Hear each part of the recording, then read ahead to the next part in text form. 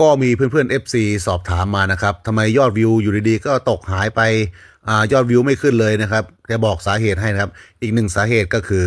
รูปโปรไฟล์เรานะครับรูปโปรไฟล์หน้าจอเราเนี่ยอย่าไปเปลี่ยนบ่อยนะครับเพราะว่าคนน่ะเขาจำรูปโปรไฟล์ซะเยอะครับบางคนลงชื่อภาษาอังกฤษคนเขาอ่านไม่ออกหรอกครับผมยังอ่านไม่ออกเลยก็ใช้จำรูปเอานะครับพอเพื่อนๆเปลี่ยนรูปบ่อยๆเข้าเนี่ยวันหลังมาเปิดเจอมันไม่ใช่รูปเดิมเขาก็เลื่อนหนีนะครับเขาก็ไม่เข้าดูคลิปเรานี่ก็คือสาเหตุเหมือนกันนะครับเพื่อนๆรูปโปรไฟล์ก็สำคัญนะครับอย่าเปลี่ยนบ่อยนะครับถ้ามั่นใจรูปไหนก็ใช้รูปนั้นเลยนะครับนี่ก็คือสาเหตุที่ว่าทำไมยอดวิวมันหายไปเพราะว่าคนเขาไม่รู้ว่าเป็นเราไงครับเปลี่ยนบ่อย